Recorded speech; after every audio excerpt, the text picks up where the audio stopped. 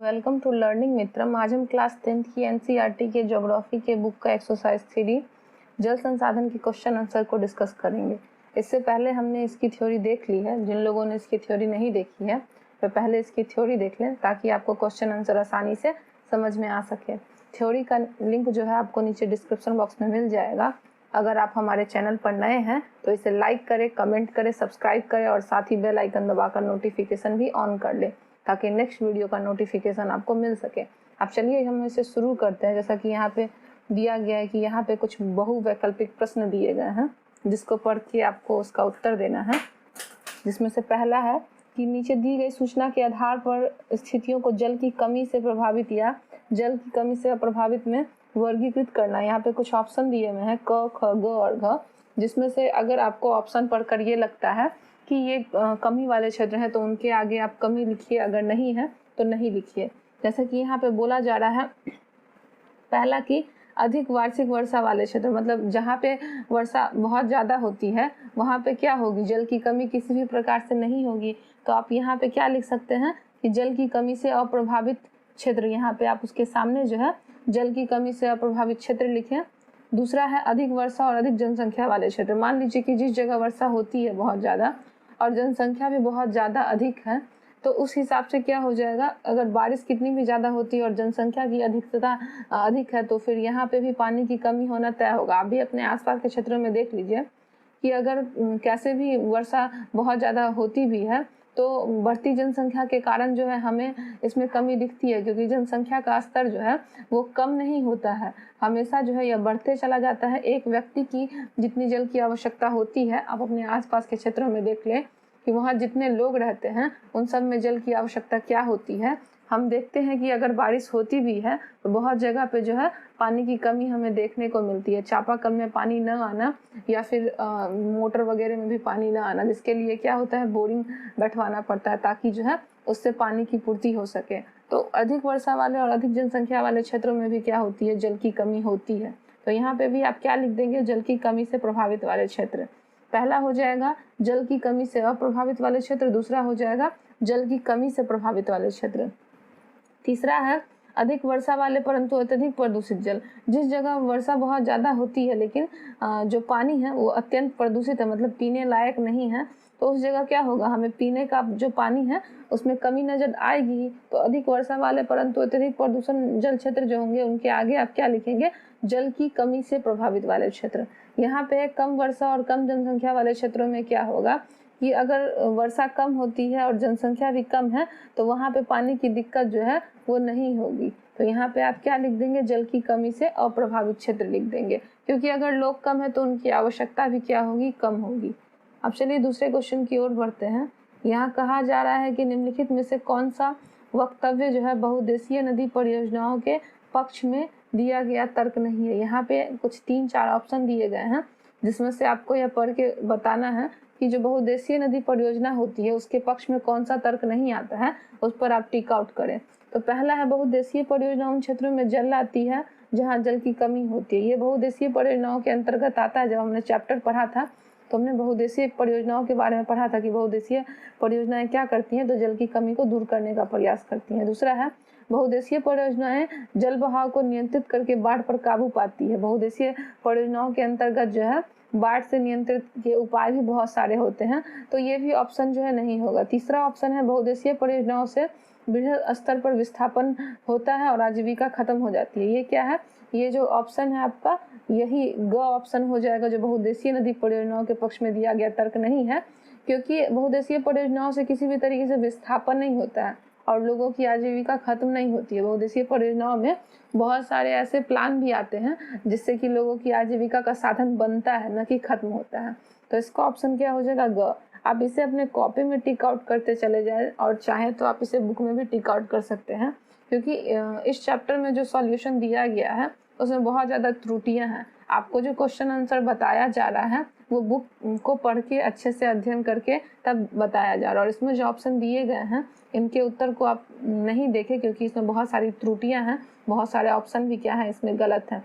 तो आपको जो बताया जा रहा है आप उसे टिक करें या अपने नोटबुक में भी उतार सकते हैं।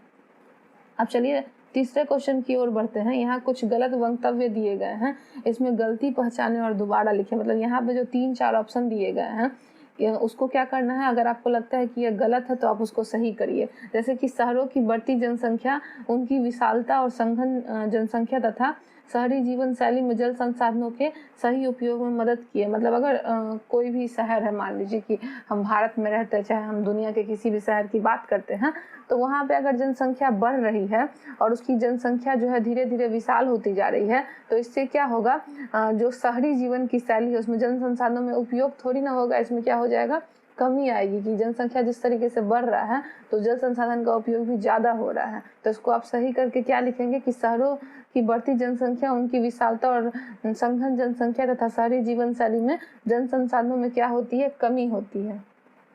आप इसे ठीक करके पुनः अपने शब्दों में लिख लें। दूसरा है, नदियों पर बांध बनाना और उनको नियंत्रित करने से उनका प्राकृतिक बहाव और तलछट बहाव प्रभावित नहीं होता है। आप भी देखें कि अगर आप आसपास इलाके में रहते हैं, आपके घर के पास कोई नदी है, तो वहाँ पे बांध बनाया जाता है। ऐसा क्यों? क्योंकि जल को नियंत्रित करने के लिए। अगर कभी भी बाढ़ आता है तो बांध की वजह से जो है कुछ समय तक हम जल को रोक सकते हैं। तो नदियों पर बांध बनाने और उसको नियंत्रित करने के लिए प्राकृतिक बहाव और तलछट बहाव प्रभावित नहीं होगा, यह प्रभावित होगा ही। क्योंकि अगर प्राकृतिक रूप से वर्षा ज़्यादा होती है, अगर नदियों में बाढ़ आती है, तो उससे बांध प्रभावित होना स्वाभाविक है। तो आप इसे सही कर लिख लें कि नदियों पर बांध बनाने और उसको नियंत्रित करने से उनका प्राकृतिक बहाव और तलछट क्या हो जाएगा, प्रभावित होगा। यहाँ पे नहीं को काट दे, प्रभावित होगा, यहाँ पे आप लिख सकते हैं। गुजरात में साबरमती बेसिन में सूखे के दौरान शहरी क्षेत्रों में अधिक जलापूर्ति करने पर भी किसान नहीं भड़के। यह क्या है, यह गलत है। ऑप्शन आप इसको सही करके लिखें कि गुजरात में साबरमती बेसिन जो यानी कि नदी, उसमें सूखे के दौरान जो जल ज़्यादा प्रभावित कर दिया गया था, तो वहाँ के किसान जो है वो काफ़ी ज़्यादा भड़क उठे थे। या आपको बुक में भी दिया गया है कि गुजरात में जब सूखे के दौरान ज़्यादा जलापूर्ति की गई थी, तो सही समय पे नहीं किए जाने के कारण जो है किसान जो है वो बहुत ज़्यादा जो है बमक रहे थे और विद्रोह भी कर रहे थे, वो भड़क भी रहे थे। चौथा ऑप्शन है, आज राजस्थान में इंदिरा गांधी नहर से उपलब्ध पेयजल के बावजूद छत वर्षा जल संग्रह लोकप्रिय हो रहा है। मतलब राजस्थान में जो इंदिरा गांधी नहर परियोजना है उसके अनुसार जो है वर्षा जल छत्र लोकप्रिय हो रहा है, यह जो है कथन गलत है। इससे किसी भी तरीके से लोकप्रिय वहाँ पे नहीं हो रहा है, बल्कि इसमें कमी आ रही है। क्योंकि इंदिरा गांधी नहर योजना के दौरान जो है पानी दिए जाने से बहुत सारे लोग जो है पहले वर्षा के जल का प्रबंधन कर लेते थे, क्योंकि वर्षा राजस्थान और गुजरात में काफ़ी कम होती है। तो गुजरात के लोग जो है अपने छतों पर इस तरीके की परियोजना बनाते हैं और वर्षा के जल को जो है वो संग्रहित करते हैं। लेकिन इंदिरा गांधी नहर जल परियोजना के हो जाने के बाद बहुत सारे लोगों ने इसमें देखा गया कि वहाँ पे कमी आ गई है, बहुत कम ही लोग हैं जो वर्षा जल का संग्रहण करते हैं। अब चलिए यहाँ पे जो आंसर दिया हुआ है आप इसको सही बिल्कुल भी नहीं माने। इसमें आप चाहें तो सेकंड तक जो है आप इस क्वेश्चन को क्या कर सकते हैं, यहाँ पे जितने भी आंसर दिए हैं यहाँ पे ये गलत है। जितना आपको बताया गया है आप उन चीज़ों को नोट करें और जो जो ऑप्शन सही हैं उनको आप लिख सकते हैं। जैसे कि यहाँ पे क सही है, ख सही है, ग और घ। इसके अलावा जो ऊपर आंसर दिया गया था वो सारे के सारे जिसे मैंने काट दिया है वो गलत है। जो भी आपको बताया गया है आप 2 बार वीडियो को देखें, आपको अच्छी तरीके से समझ में आ जाएगा। अगर आप देखते हैं तो आपको आसानी से याद भी हो जाएगा। आप इसे अपने बुक में या फिर नोटबुक में नोट करते चले जाएं। चाहे तो अपने इसे बुक में भी टिक कर सकते हैं, वहाँ पे भी ऑप्शन जो है वो दिए गए हैं। अगर आप नोट करना चाहते हैं ऊपर वाले क्वेश्चन को, तो जो तीसरा का क्वेश्चन आपको बताया गया है 1 का 3rd पॉइंट, उसमें ये क, ख, ग और घ जो है बस इतने क्वेश्चन का आंसर सही है। बाकी ऊपर 1 और 2 का जो आंसर दिया है जिसको मैंने काट दिया है ये गलत है, इसलिए इसको यहाँ काट दिया गया और आपको सही आंसर जो है वो बता दिया गया है। अब चलिए दूसरे क्वेश्चन की ओर बढ़ते हैं। जैसा कि यहाँ पे कहा जा रहा है कि आप इन प्रश्नों के उत्तर जो वो 30 शब्दों में दीजिए। व्याख्या करें कि जल किस प्रकार जो है नवीनीकरण योग्य संसाधन है। मतलब जल एक नवीनीकरण योग्य संसाधन है क्योंकि जल एक बार पुनः प्रयोग करने पर समाप्त नहीं होता है, हम इसका बार बार प्रयोग कर सकते हैं। इसकी पुनः पूर्ति संभव है। जैसे जैसे जल प्रयोग यदि उद्योग में, घरेलू कामकाज में किया जाता है तो इससे जल दूषित होता है किंतु समाप्त नहीं होता। इस जल को साफ करके फिर से इस्तेमाल करने योग्य बनाया जा सकता है। तो चलिए आपसे पूछा जा रहा है कि मतलब जल जो है वो नवीकरणीय योग्य संसाधन है। तो हाँ बिल्कुल है, क्योंकि हम जिस भी जल का उपयोग करते हैं वो पुनः समाप्त नहीं होता है। मान लीजिए कि सूर्य की गर्मी से बहुत सारा जल वाष्प के कारण जो है वो सूख भी जाता है। जैसे कि वाष्प के कारण यही जो नदी का जल है और समुद्रों का जल है, ये गर्म होने के पश्चात क्या होता है, इसमें कमी जरूर आती है, लेकिन ये वाष्प बन के कहाँ चला जाता है, तो ये वाष्प बन के आपको बादलों में चला जाता है, और यही बादल से तो धरती पर वापस से जल जो है वो बरस जाता है। तो वर्षा की पुनः आपूर्ति होती रहती है जल चक्रों के द्वारा। तो वर्षा क्या है, यह एक नवीकरणीय स्रोत है। अगर हम घर में भी जल का प्रयोग करते हैं, मान लीजिए नहाने में या फिर भोजन बनाने में या किसी अन्य कार्य में, हम कपड़े धोने में या घर साफ करने में करते हैं, तो उससे जल प्रदूषित होता है, खत्म नहीं होता है। अगर हम चाहें तो जो जल बच जाता है, जैसे कि हमने कपड़े धो लिया, कपड़े धोने के बाद जो हमारे पास जल बचा हुआ है, तो उन जल का प्रयोग हम पेड़ पौधों में डाल सकते हैं, या फिर उससे घर की भी साफ सफाई कर सकते हैं, क्योंकि कपड़ों से निकला हुआ पानी ज़्यादा मैला नहीं होता है। हम क्या करेंगे, उसका पुनः प्रयोग कर सकते हैं, उससे हम वॉशरूम वगैरह में भी प्रयोग कर सकते हैं। तो इस तरीके से जल को हम बर्बाद होने से बचा सकते हैं, और यह क्या है, एक नवीकरणीय योग्य संसाधन है। चलिए, आप लोग समझ गए होंगे इस क्वेश्चन को। अब दूसरे क्वेश्चन की ओर बढ़ते हैं। जैसे कि यहाँ पे कहा जा रहा है कि जल दुर्लभता क्या है, इसके मुख्य कारण क्या, मतलब जल दुर्लभता यानी कि कमी। दुर्लभ मतलब जो चीज हमें दिक्कत से मिलती है। तो जल पृथ्वी पर है, काफी सारा जल है, लेकिन पीने योग्य जो पानी है वो मात्र 0.03% है। इसलिए हमें जल को बचा कर रखना अनिवार्य है। जो पीने का पानी है उसे हम बहुत हद तक बर्बाद करते हैं। जैसे कि आपके घर में ही अगर पानी मतलब आता होगा मोटर से, या फिर आप कहीं से भी, जहाँ से भी जल की आपूर्ति करते होंगे, तो आप ये बात ध्यान जरूर रखिएगा कि वो जल हम जमीन के नीचे से निकालते हैं, मतलब जो भूमिगत जल होता है, जिसको हम भौम जल बोलते हैं। ये भौम जल पीने के योग्य होते हैं। उसी जल का प्रयोग हम सभी चीजों में करते हैं। ये पीने योग्य पानी है, ये बहुत कम होता है। इसका प्रयोग हम नहाने धोने और मतलब घर की साफ सफाई करने और अन्य क्रियाकलापों में भी जल का प्रयोग करते हैं। तो इस हिसाब से जल क्या है, जल की कमी होनी अनिवार्य है। अगर हम उसी जल को हम समझे कि यह जो जल है भौम जल, ये पीने का जल है, इसे हम केवल पीने में प्रयोग करें, जहाँ हमें आधा गिलास पानी पीना है तो हम 1 गिलास ना भरे, क्योंकि लोग क्या करते हैं, आधा गिलास पी लेते हैं और आधा गिलास फेंक देते हैं, तो इससे पानी की बर्बादी होती है। हम क्या कर सकते हैं कि अगर हमें उतना ही जल पीना है जितना जल हम लें, तो इससे हम पानी की बर्बादी रोक सकते हैं। और बहुत सारे ऐसे कार्य, जैसे कि आप घर में सुबह सुबह जब ब्रश करते होंगे तो टंकी का अगर खोल देते हैं तो वो कंटिन्यू अगर फ्लो हो रहा है, तो इससे भी पानी की बर्बादी होती है। आपको जितना जल चाहिए आप किसी बर्तन में या किसी मग में या ग्लास में आप जल डाल सकते हैं और उससे ही प्रयोग कर सकते हैं, ताकि जल की मात्रा बची रहे। और हम इसमें छोटा अनुभव नहीं कर सकते। अगर आप समझ रहे हैं कि हम जल का प्रयोग जो है ग्लास या किसी बर्तन या फिर मग में लेकर करें तो इससे हम छोटे हो जाएंगे, नहीं। ये जल की आपूर्ति बचाने के लिए होगी, जल की पुनः पूर्ति भी बचाने के लिए होगी। अगर हम इस तरीके से आज जल का प्रयोग करते तो हम भविष्य में अपने आने वाली पीढ़ियों के लिए जल बचाकर रख सकते हैं। अगर आप इस तरीके से नहीं प्रयोग कर सकते, क्योंकि देश में अधिकांश जनसंख्या जो है वो बहुत सारे जल का दुरुपयोग ही करती है, तो अगर कोई एक व्यक्ति भी इसके लिए आगे बढ़ता है तो हम उतना जल जो है वो सुरक्षित रख सकते हैं। अगर आप करते हैं तो बाकी घर के लोग भी आपको देखकर जो है जल को बचाने का प्रयास करेंगे, और अपने आसपास भी आप लोगों को इसके लिए जागृत भी कर सकते हैं कि किस तरीके से जो है हम जल को बचा सकते हैं। तो जल इसी कारण दुर्लभ होता है जब आदमी उसका प्रयोग हद से ज्यादा करता है। जैसे कि कपड़े धोने के बाद पानी को फेंक देना। अगर हमें पूरा पानी नहीं पीना है, लोग 1 गिलास पानी लेते हैं, आधा गिलास पीते हैं, आधा गिलास फेंक देते हैं, तो इस तरीके से जल की बर्बादी होती है, और इसी कारण हमें जल जो है वो दुर्लभ से मिलता है। अगर हम अपने घर में ही बहुत तरीके से जल का बचाव करें, जैसे कि खुली टंकी होती है वो हमेशा फ्लो हो रही है, तो उसे हम बंद कर दें। जितना प्रयोग करना चाहिए उतना ही जल का हम प्रयोग करें। हम सावर में नहाने की बजाय बाल्टी से भी नहा सकते हैं, क्योंकि नहाना ही तो है।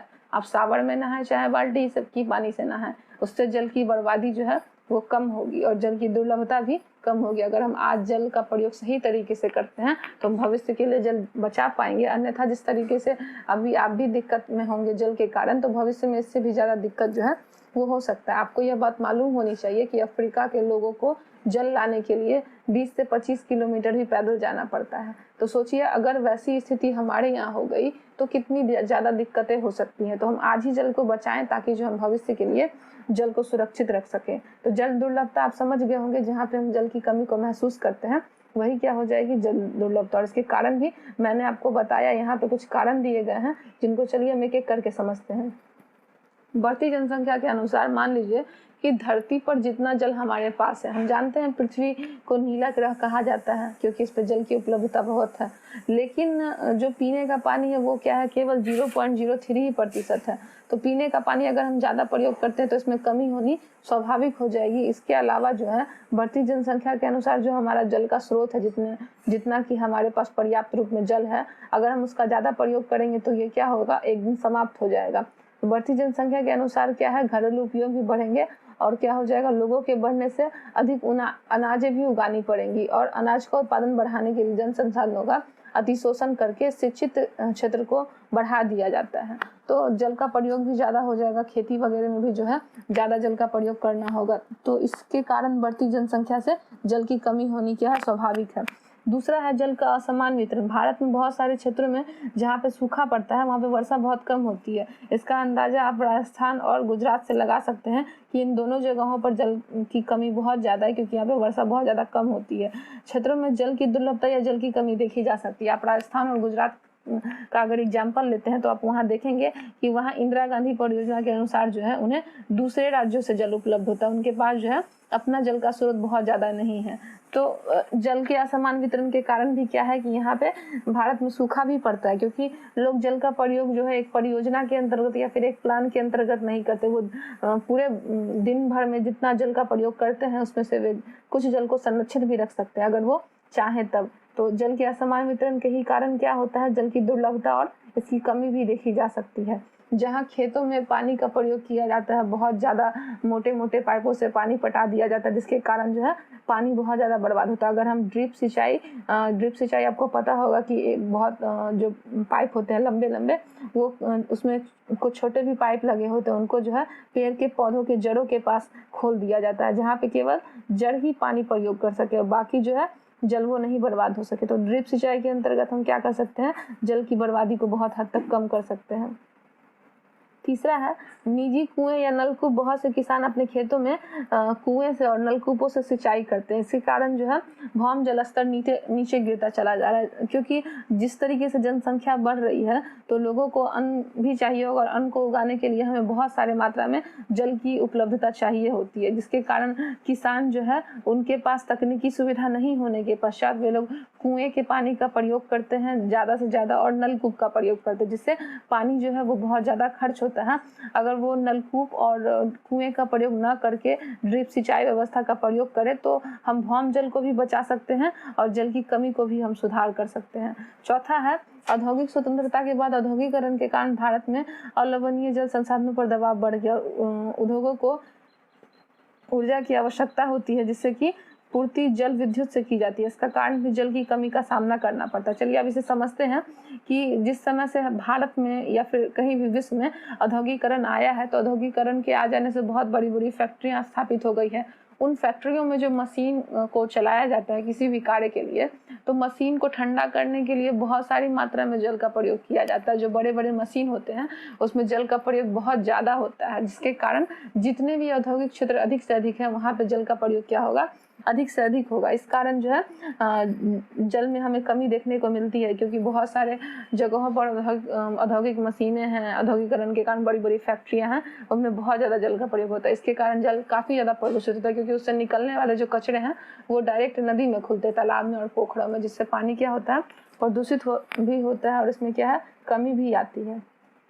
अब चलिए नेक्स्ट क्वेश्चन की ओर बढ़ते हैं। यहाँ पे लिखा गया है कि बहुउद्देशीय परियोजनाओं से होने वाले लाभ और हानि की तुलना करें। मतलब बहुउद्देशीय परियोजना जो बनाई जाती है लोगों के द्वारा, इसमें बहुत सारी प्रक्रिया होती है जैसे कि बाढ़ नियंत्रण, सिंचाई, विद्युत उत्पादन और मत्स्य पालन। ये सब क्या है, नदियों पर बांध बनाकर किया जाता है। जैसे कि मतलब बाढ़ को नियंत्रित करना, बांध वगैरह बनाकर, उसके बाद सिंचाई करना, विद्युत उत्पादन करना, ये सारे के सारे जो है बहुउद्देशीय परियोजनाओं के अंतर्गत ही आते हैं और ऐसी योजनाओं को बहुउद्देशीय योजना कहा जाता है। इस योजना से बहुत अगर लाभ है तो यहाँ पे कुछ हानियां भी होती हैं। इसके लाभ क्या क्या है कि नदियों पर बांध बनाकर केवल सिंचाई ही नहीं की जाती है, अपितु उनको उद्देश्य विद्युत उत्पादन, घरेलू औद्योगिक उत्पादन, जल आपूर्ति, बाढ़ नियंत्रण, मनोरंजन, आर्थिक नौचालन, मछली पालन और इसलिए बांधों को बहुउद्देशीय परियोजना कहा जाता है। यहाँ पे जल को एकत्रित करके अनेक उपयोग समन्वित होते हैं। जैसे कि चलिए हम समझ लेते हैं कि इससे होने वाले लाभ के बारे में हम जानें कि बहुउद्देशीय परियोजनाओं के अंतर्गत बहुत सारी प्रक्रियाएं की जाती है, जिसमें कि जैसे कि हमको ऊर्जा की प्राप्ति होना, जल से जो हमें ऊर्जा की प्राप्ति होती है, उस तरीके से बहुत सारे नदियां जहाँ से हमें ऊर्जा की प्राप्ति हो सकती है, उस पर जो है एक प्लान तैयार करना। उसके बाद घरेलू उपयोग में जल का हम किस तरीके से प्रयोग करते हैं और जल की आपूर्ति किस प्रकार बढ़ाई जा सकती है। जब भी कभी बाढ़ आए तो हम इसके लिए पहले से तैयार रहें। और मनोरंजन करना, जल में भी बहुत सारे मनोरंजन होते हैं, जैसे कि केरल वगैरह में, अगर असम वगैरह में आप जाएं और तमिलनाडु सब में, तो वहाँ पे नौकायान प्रतियोगिता भी होती है। उसके अलावा हमारे देश में अन्य खेल भी हैं जो कि नौका मतलब पानी से जुड़े हुए हैं, जल से जुड़े हुए हैं। और मछली पालन भी जो है एक उद्योग है जो कि बहुउद्देशीय परियोजना के अंतर्गत आता है, इसलिए बांधों को बहुउद्देशीय परियोजना कहा गया है। अब इससे होने वाली हानियां क्या क्या हैं, लाभ के बारे में हमने जान लिया। नदियों पर बांध बनाने से उनका बहाव नियंत्रित करने से उनका प्राकृतिक बहाव अवरुद्ध हो जाता है, क्योंकि अगर हम प्रकृति को नुकसान पहुंचाते हैं तो बदले में हमें ही उसकी हानि का सामना करना पड़ेगा, जिसके कारण जो तलछट बहाव है वो काफ़ी कम हो गया। अत्यधिक तलछट जलाशय की तली पर जमा हो जाता है, जिससे नदी का तल अत्यधिक चट्टानी हो जाता है। नदियाँ जलीय जीव आसानी में भोजन की कमी हो जाती है। बांध नदियों को टुकड़ों में बांट देते हैं, जिससे कि जलीय जीवों का नदियों में स्थानांतरण अवरुद्ध हो जाता है। बाढ़ मैदान में बनने से जलाशयों से वहां मौजूद वनस्पति और मिट्टियां जल में डूब जाती है। इन परियोजनाओं के कारण स्थानीय लोगों को अपनी जमीन, आजीविका और संसाधनों से लगाव व नियंत्रण आदि को कुर्बान करना पड़ता है। तो बहुउद्देशीय परियोजनाओं का अगर हमें लाभ भी है तो हम इससे बहुत ज़्यादा हानि भी होती है। जैसे कि हम जो बांध वगैरह बनाते हैं नदियों पे, तो हम एक तरीके से जो प्रकृति आपदा होने वाली है उसको हम रोकते हैं, मनुष्य अपने लाभ के लिए रोकता है। लेकिन जो जल में जीव रहते हैं और जल में वनस्पतियां रहती हैं, उनको मतलब एक जगह पानी रोक देने के कारण क्या होता है कि जल स्तर काफ़ी ज़्यादा बढ़ जाता है। इसके कारण वनस्पति वगैरह जो है वो खराब हो जाता है। उसके अलावा गल वगैरह जाता है। फिर जो मछलियाँ रहती हैं उनका जो जगहों का जो स्थान है, वहाँ पे जिस जगह मछलियाँ रहती है, बाढ़ आने के कारण जो है मछलियों का जो घर होता है जिस नदी में वो रह रही हैं, उनका स्थान जो है वो परिवर्तन हो जाता है और बहुत सारी मछलियाँ जो हैं वो मर भी जाती हैं। इसके अलावा और भी बहुत सारे जीव होते हैं जो बाढ़ के समय जो है घर से जो है वो बेघर हो जाते हैं। उसके अलावा जो उनकी मृत्यु भी होती है। तो इसका सिर्फ जो भुगतान है, जो हानि है, वो केवल जल में रहने वाले जीव और वनस्पतियाँ ही नहीं भोगते हैं, मनुष्यों को भी इसका परिणाम भोगना पड़ता है। वहाँ पे जो मनुष्य रहते हैं आसपास में नदियों के अगल बगल में, गाँव में, वहाँ पे उनकी ज़मीन जो है वो बर्बाद हो जाती है। उनकी खेती बाड़ी जो है उस पर प्रभाव पड़ता है। उनकी आजीविका, संसाधन इत्यादि पर भी क्या होता है, प्रभाव पड़ता है। और यह मतलब जो नियंत्रण है उनका एक साल में होने वाले जो उनके लाभ हैं उन पर भी असर पड़ता है, जो कि सारे के सारे बाढ़ आने के कारण जो है कुर्बान कर देना होता है। अब चलिए तीसरे क्वेश्चन की ओर बढ़ते हैं। यहाँ पे कहा जा रहा है कि राजस्थान में अर्ध शुष्क क्षेत्र जो होते हैं, वहाँ पे वर्षा का संग्रहण किस प्रकार किया जाता है, व्याख्या कीजिए। तो राजस्थान में जो अर्ध शुष्क क्षेत्र आता है, जहाँ पे मतलब ज़्यादा सूखा होता है, तो बीकानेर, फलौदी, बाड़मेर में पीने का पानी जो है वो कैसे एकत्रित किया जाता है, चलिए बताते हैं। वहाँ पे ज़्यादातर गुजरात में यह प्रक्रिया और राजस्थान में कि जब भी वर्षा होती है तो लोग अपने छतों पर और आंगनों में एक कुंड की तरह बना लेते हैं और उसमें वर्षा का जल क्या होता है, एकत्रित हो जाता है। बरसने के बाद जितना भी जल यहाँ पे बरसता, लगभग 50 सेंटीमीटर से भी कम वर्षा जो है गुजरात और राजस्थान में होती है। तो जितना भी जल मतलब बरसता है तो वहाँ पे पानी को एकत्रित कर लिया जाता है इन कुंडों में, और वो जो पाइप एक होता है, पाइप लगाकर जो है सीधे जमीन के नीचे मतलब गाड़ दिया जाता है, जहाँ पे भूमिगत जल स्टोर होता है।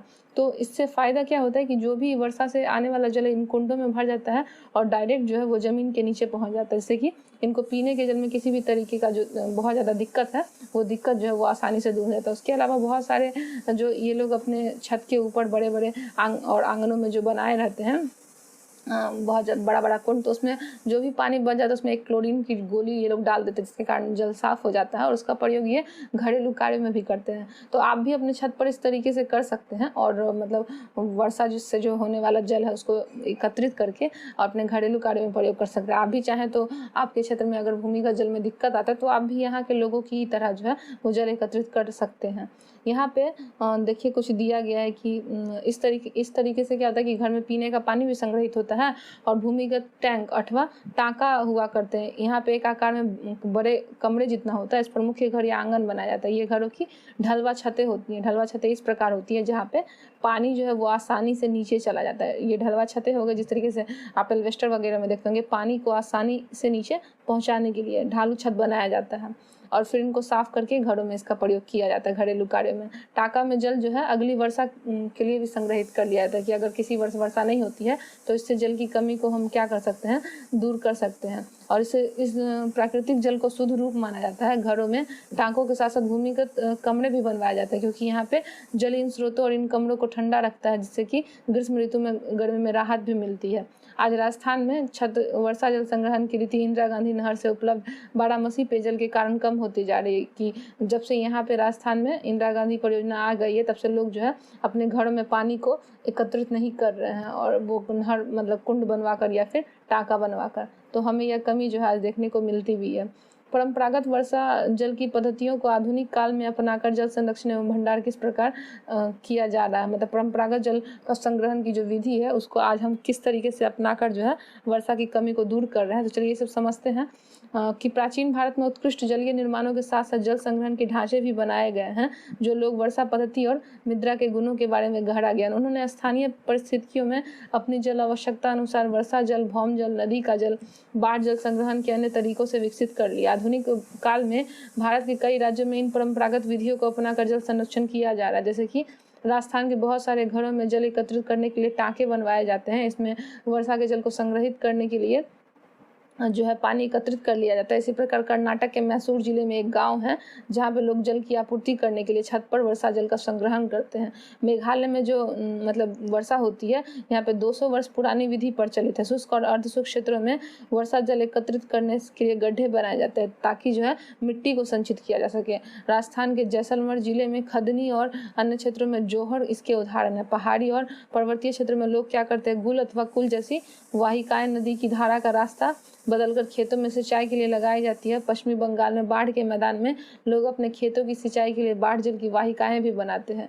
यही तरीका जो है आधुनिक समय में भी अपनाया जा रहा है। इस प्रकार हम देखते हैं कि देश के विभिन्न क्षेत्रों में आधुनिक काल में परंपरागत वर्षा जल संग्रहण की पद्धतियों को अपनाकर जल संचरण एवं भंडारण किया जाता है। जल संचरण और भंडारण के बारे में हमने बहुत सारा कुछ जाना कि अलग अलग जगहों पर किस तरीके से जो है बड़े बड़े कुंड बनाए जाते हैं वर्षा के दिनों में, जिस जगह पानी की कमी होती है। इन वर्षा के जल को एकत्रित करके किस तरीके से भूमिगत जल में पहुंचाया जाता है और हम अपने क्षेत्रों में वर्षा की कमी को दूर कर लेते हैं। तो राजस्थान और गुजरात के अलावा बहुत सारे ऐसे जगह हैं जहाँ पे जो है वर्षा की नई नई तकनीक हमें देखने को मिलती है। ये पुराने प्राचीन मतलब धारणाएं हैं, जिस तरीके से लोग आज क्या करते हैं कि मतलब ये इन सारी चीज़ों का प्रयोग करके वो जल की आपूर्ति पुनः कर लेते हैं। और बहुत सारे हमने जाना कि नदी में वाहिकाएं बनाई जाती है, मतलब नदी के रास्तों को काट काट कर बनाया जाता है ताकि जो है जल एकत्रित हर जगह नहीं हो सके और बाढ़ की स्थिति जो है वो पैदा ना हो सके।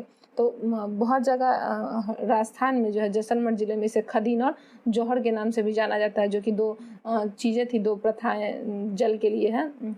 जहाँ पे आपने देखा भी हो कि एक कुंड बनाया जाता है जहाँ पे वर्षा का जल एकत्रित करके उनका प्रयोग जो है घरेलू कार्य और भूमिगत जल में भी इसका प्रयोग पाइप लगाकर किया जाता है। ढालू छतें बनाई जाती है जिस पर जल को आसानी से एकत्रित किया जा सके। तो ये बहुत सारी परंपरागत विधियां हैं जिसको आप भी अपना कर क्या कर सकते हैं, वर्षा की कमी को दूर कर सकते हैं और अपने अगर आसपास के इलाकों में पानी की कमी है तो उसको भी दूर किया जा सकता है। तो चलिए अब हम इस वीडियो को यहीं समाप्त करते हैं। अगर आपको यह वीडियो अच्छा लगा हो तो आप इसे लाइक करें, कमेंट करें और सब्सक्राइब करें। साथ ही बेल आइकन दबाकर नोटिफिकेशन ऑन कर लें और इसे अपने दोस्तों में अधिक से अधिक शेयर करें। मिलते हैं अपने